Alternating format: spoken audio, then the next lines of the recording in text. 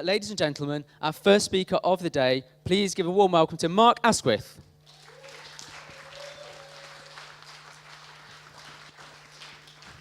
Good afternoon. I'm not from Barnsley, actually. Where's my clicker, Paul? Have you got a clicker?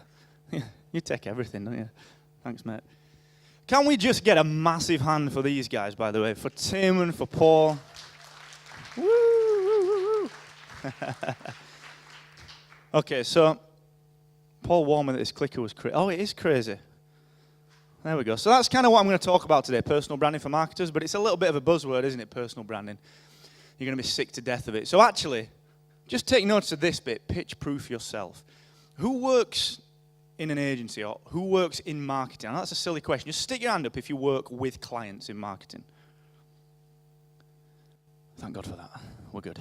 We can carry on. Okay, so you're going to get a lot of tactics from people today. Hell of a lot of tactics.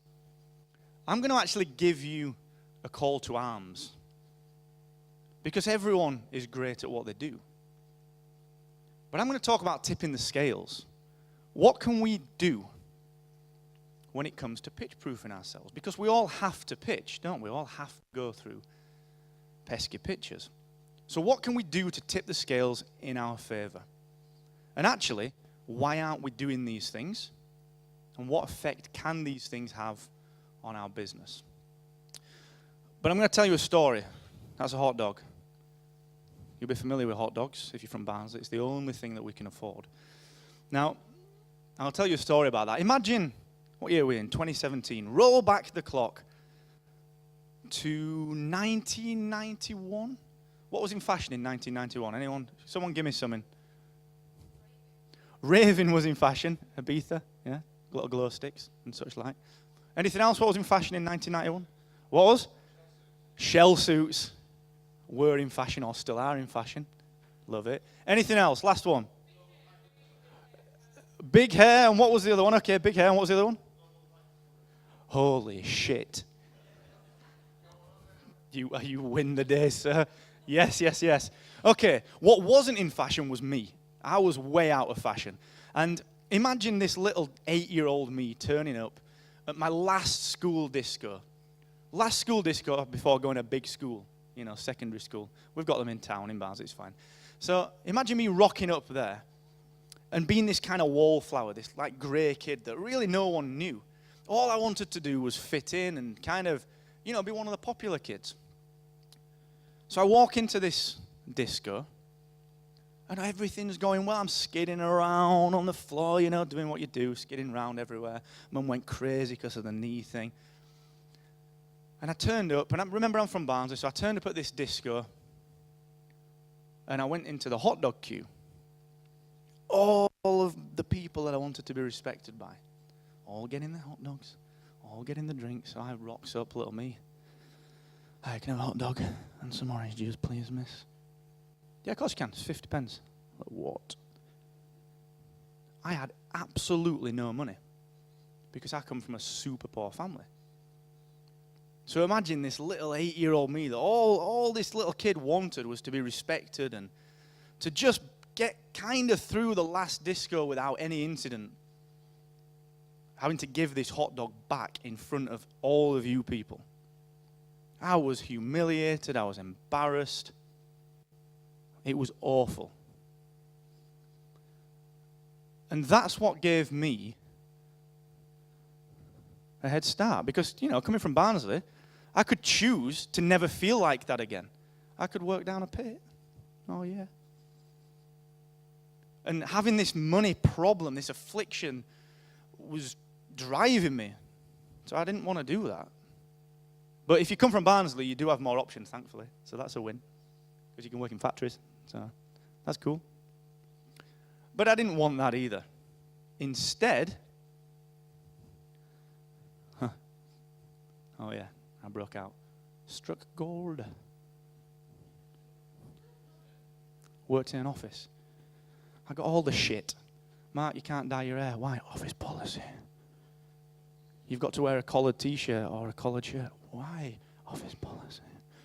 Okay, I'll do that then. I got sick of being told, You've got to do this. You've got to take the baton and run with it. You've got to do this, and you've got to move forward in the way that we want you to move forward.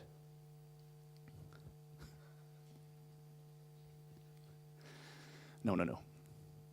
Now, you see, I realized the reason that I didn't like that, remember back to the day that I had to give the hot dog back? That was someone dictating to me what I was allowed to do. Like this money thing had stopped me doing what I wanted to do.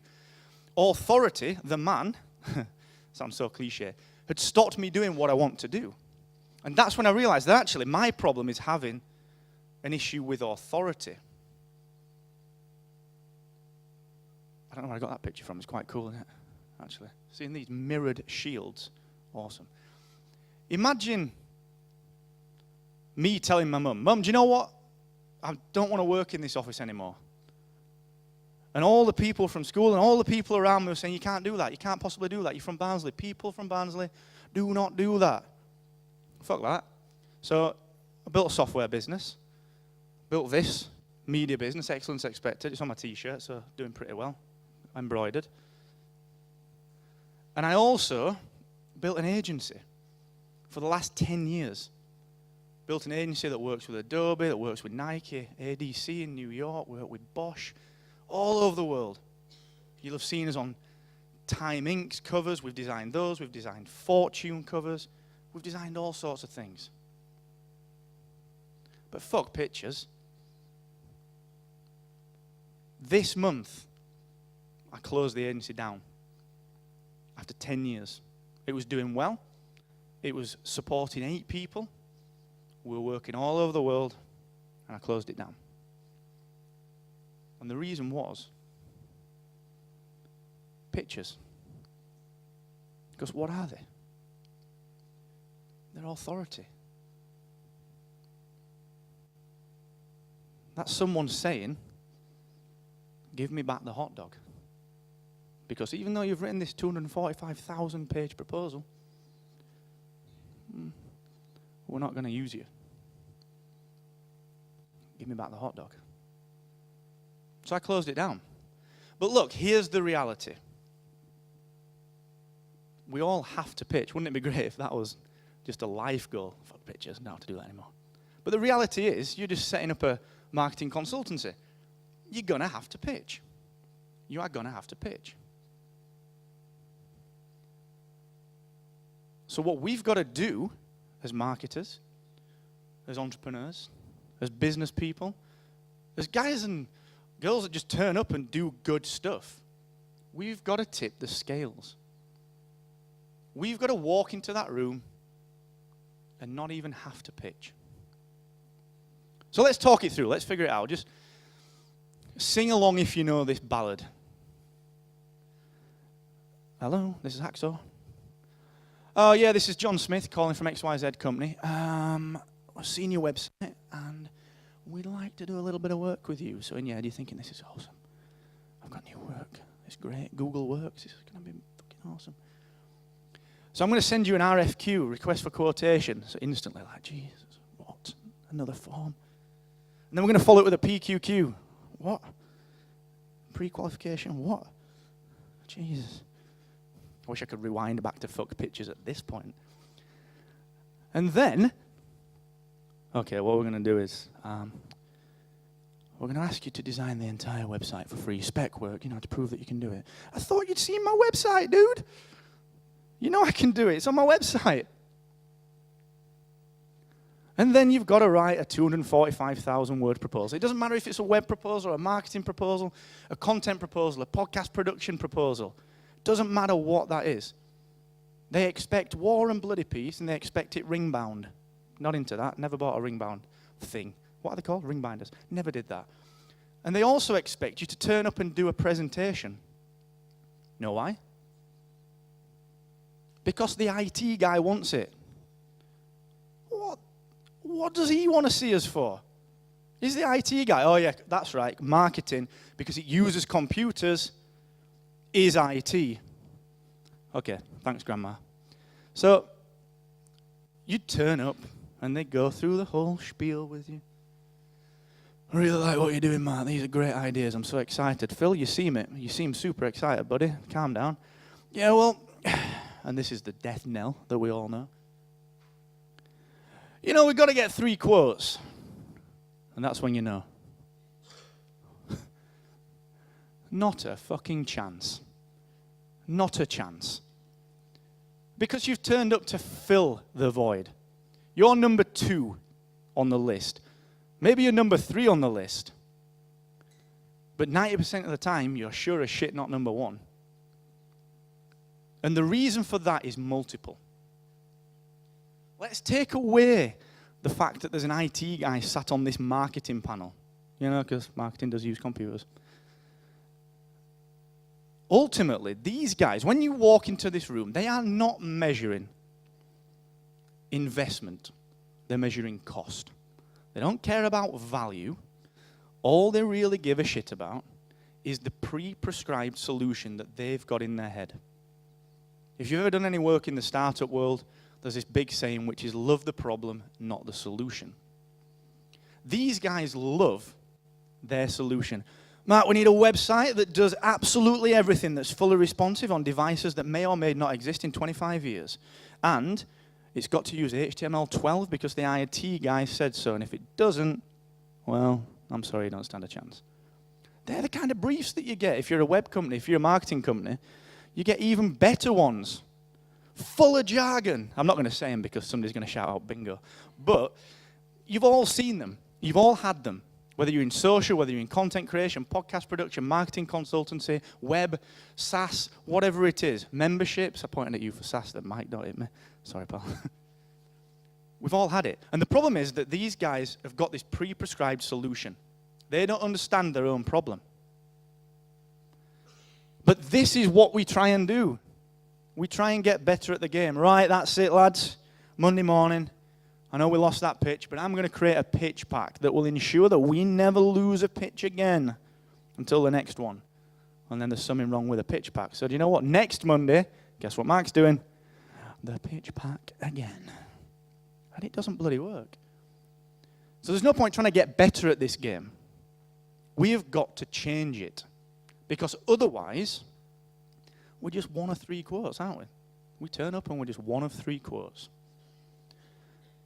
Our actual job is to become the only viable option. If there's one thing that you write down out of this entire talk, that should be it. Become the only viable option. But the question is, how do you do that? What can you do to make sure that actually you never need to pitch again? Our job, I'm going to kind of give you an example here, which might be hard to visualize, but screw it, I'm going to give it a go. Imagine you're walking down a hotel corridor. Right at the end of the corridor is a door, and that's the sale. And you've got to guide that person, the person that holds the purse strings, because remember, when you quit your employment and you become self-employed, you set up a marketing consultancy, you don't become self-employed. You acquire 50 bosses because your boss is the person that tells you what to do, tells you when they want it done, and when they're going to pay you.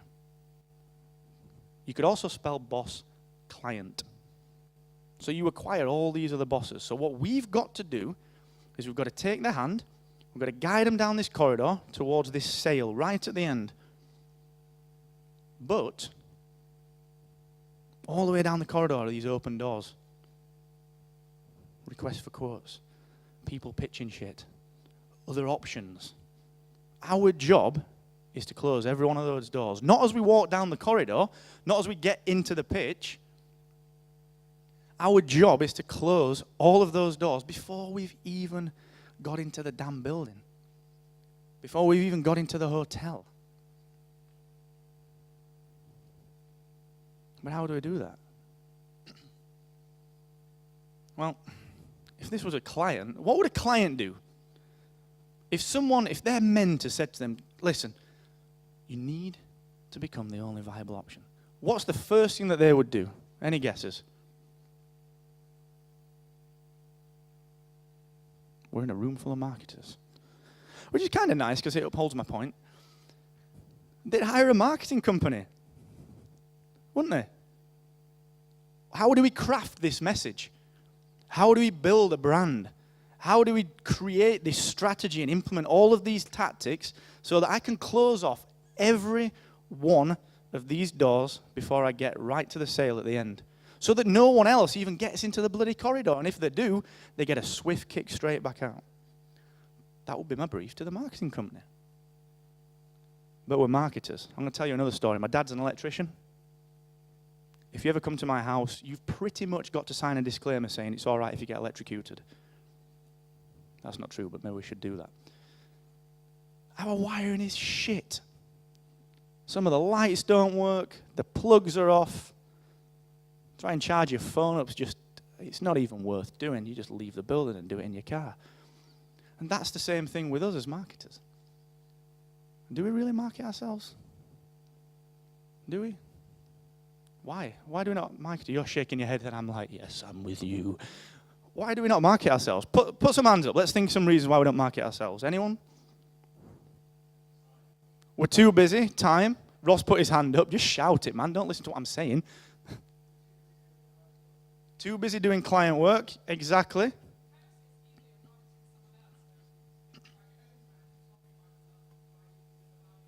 Well, yeah. Absolutely, yeah, because our egos are, even though we're all like marketers, are a little bit narcissistic. We're like, I'm a marketer, baby. Look at me. Got my corduroys on. But we don't. What? But we don't do it, do we? Even though we're a little bit narcissistic, we sort of stay away from it a little bit because we don't like blowing our own trumpet. And then we start to throw around all of these different things when we talk to clients. Okay, first briefing, I'm your new marketing company. Let's talk about your USP.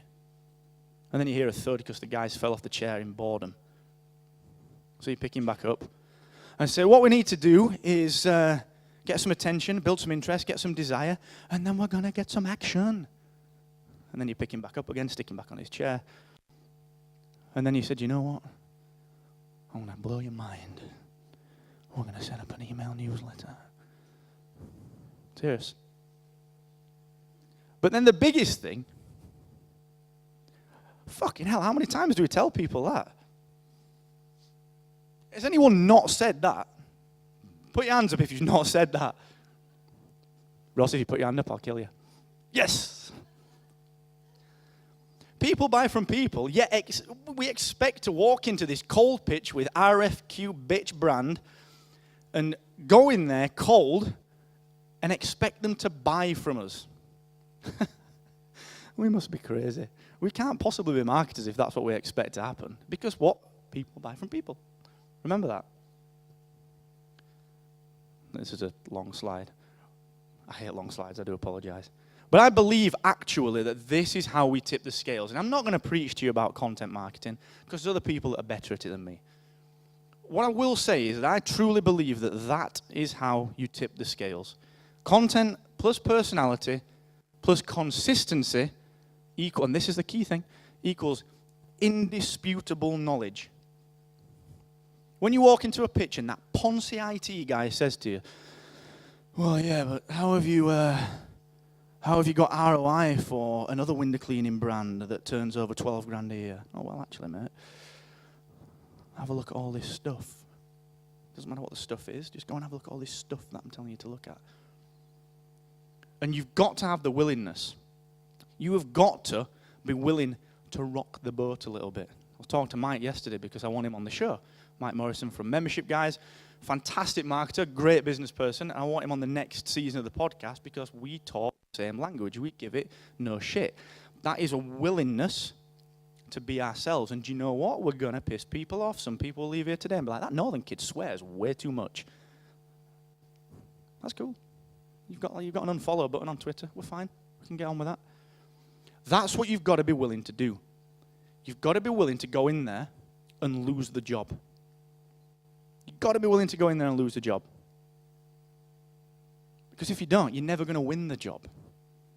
You're never going to tip the scales. And that's the only thing that we're here to do. Tip the scales. Doesn't need to be by much, but by the time we get into that pitch, People need to know us. Remember this from marketing jargon. They need to like us, and they need to trust us. But here's the challenge that I'm going to give to you right now. And I want you to change how you think about pitching. You are not going in there. You are never going into a pitch to pitch a solution. Never. And if you are, you're going to lose. Because how many times have we won pitches by someone saying, don't worry, mate, I'll sort you out with this one. We need 3 quotes, but nudge, nudge, you can have that one. It's happened to everyone. Ross and I spoke about it at the last session we saw each other on. Happens to everyone. So why bother playing their bloody game? Instead, you've got to challenge them. You've got to make them, 1, understand their problem. 2, love their problem. And 3, get them that damn excited about the solution that they don't even know what the solution is. They just need to be that excited by you and you and you and you and you and you and you.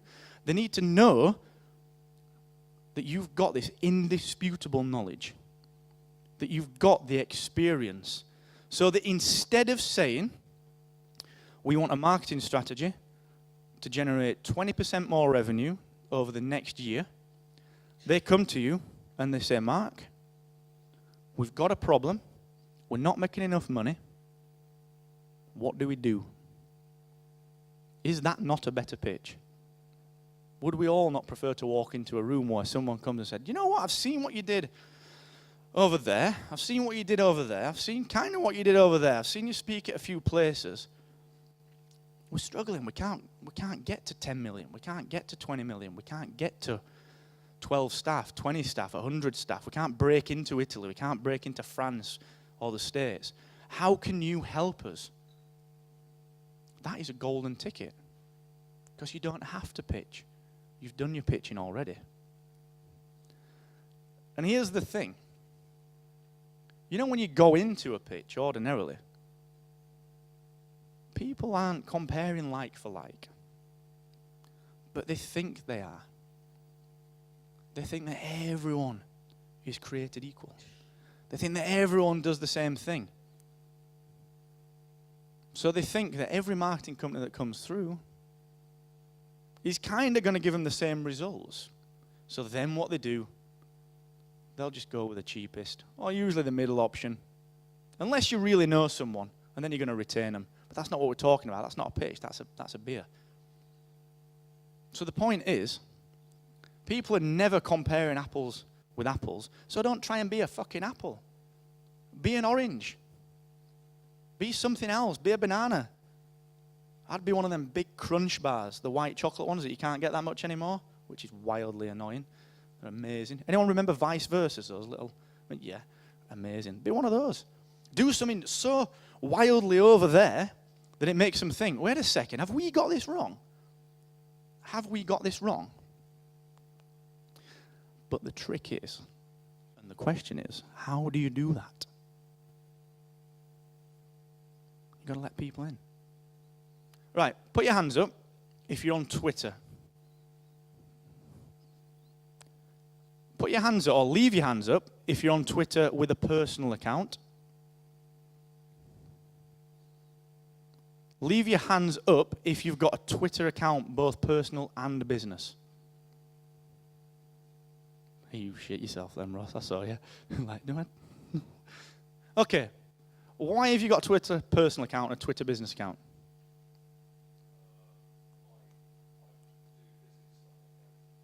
Okay, that's boring. Next. Who else? Who else has got a personal or business? Tentatively. Why have you got a personal and a business?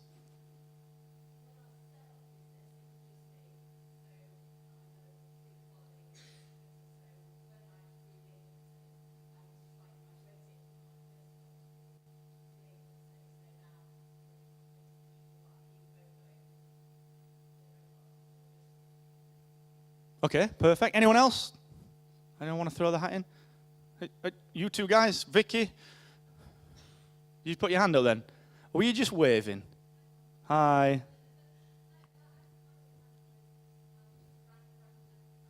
Okay.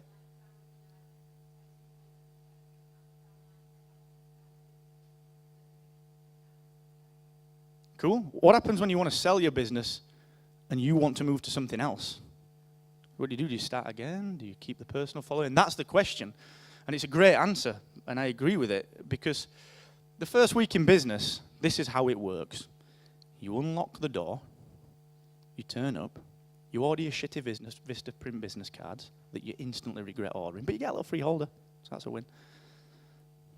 Then you set up all your Twitter accounts, then you set your Facebook accounts up, and then, you might mess around and do some LinkedIn company pages, and then you lock the door and you're like, yeah, solid first week. How much money you made? You don't make money in your first week. Yeah, you do. Of course you bloody do. It's a business. You make money every day. And if you don't, there's a problem. The biggest sales tool that I've got? I've actually got 2 sales tools. One's my dog. He's called Pete. He's about this big. No word or a lie. He could put his head on the table and he'd try and get them sweets. Everyone that I know, everyone that I get business from. I was at Podcast Movement last month. I've been at a couple of conferences over the last couple of weeks. Honestly, 60% of conversations start with, how's the Pete? Like, who are you, dude? I've seen him on your Instagram. Oh, yeah. The other 40% is a mix of maybe 25%, why is Kyle Rayner a better Green Lantern than Hal Jordan is? Like, well, this is a rabbit hole. Let's not go down this one. And then the other 15% is, what do you do? The 15%-ish is, what do you do? The reason I asked about the profiles is, what did we say earlier on? Know, like, and trust. People buy from people. But I'm going to set my business Twitter account up and tell you about my awards, bitches. I don't give a shit about your awards. Nor do the people that you're pitching to. What they want to know is, if their project goes pear-shaped, are you going to answer the phone? Are you going to be around? You've got to let people in. But we're taught, aren't we? As kids, we're taught to be professional in this box over here. And then when we clock out at 5 o'clock, personal kicks in. And then if you've got a foot in both, who's this bloody hippie? What's he doing? That's when you get told that you've got to wear the collared shirts and you can't dye your hair. Thanks, manager. I did dye my hair as well. Almost got sacked. So, the point is, you've got to let people in. You've got to tip the scales. You've got to keep people asking you questions. That's the key thing. Now, how do you do that specifically? What is the one thing that we've all got that is unique? Let's go really crap 1991 marketing. What is everyone's USP? Someone throw me the answer. It's a really easy one. Name themselves. Absolutely. It's the mix of personality, experience, values, ethics, likes, dislikes. Bless you. Dislikes. But we don't publicize that, do we? Because we've got the Twitter account for business over here. So on that account, I'm going to talk about the latest industry news in concrete, because we do concrete. What a bore. Tell people about your bloody dog. Oh, I'm missing a slide. Oops, probably my fault. Look. Oh. Anyway, we'll go back to that one. There was a slide in there that said, people who tell stories rule the world. And it's a Plato quote. He knows his stuff. What can you do? This is my challenge to you guys. What time will? What can you do today to create something that tells your story consistently in such a way that makes you the only viable option? I'm not going to tell you to do content marketing. I'm not going to tell you to do any of the tactics that we're all expecting to hear about. I'm saying that this is as individual to you as your values and your ethics and your name is, and your fingerprint. What can you do? Create one thing. In my case, every single day you will get 7 minutes of audio from me on iTunes or wherever. And I promise to do that every day. So that when little Phil, the IT guy, comes up and says, yes, I've got a window cleaning business, and now you're going to help us increase our turnover to 12 grand per year. Oh, why the fuck, Phil, you're an IT guy. Why are you even in this meeting? Turns out he's the window cleaner as well. So I can then go to Phil and say, well, Phil, actually, look, you see these 288 episodes that come out every single day and that answer every single question that you will never have because you don't know what we do. Go and look at them. Oh, and if you want, every week I'll do a free coaching session for you at 4 o'clock on Friday. Come along to that as well. What is your single point of consistency? How do you create a library and a legacy that you can refer people to that gives you the edge, that tips the scales, that lets you pitch without pitching, that makes you the only viable option? And that can be different for everyone. It could be a blog, a vlog, a podcast. It could be turning up at one place every single week just to do a free workshop. What is the one thing that you can do? And then find out how you can do it for free. Don't make people pay for it. Because if you're that good, people will pay you for the other stuff. So that's my challenge to you. What can you do to tip the scales? And do it today. Don't be one of those people that attends a conference, makes a load of notes and sticks it on the desk and goes, got to get back to my emails. Get on with it. Do it today, because if you don't, one of the other 3 quotes will. Thank you. Now, what I will say is, even though I've just told you to do that now, I'm going to put that up in 5 minutes. So if you go to that link, it's probably not going to be there yet, but it will be there in 5. So thank you.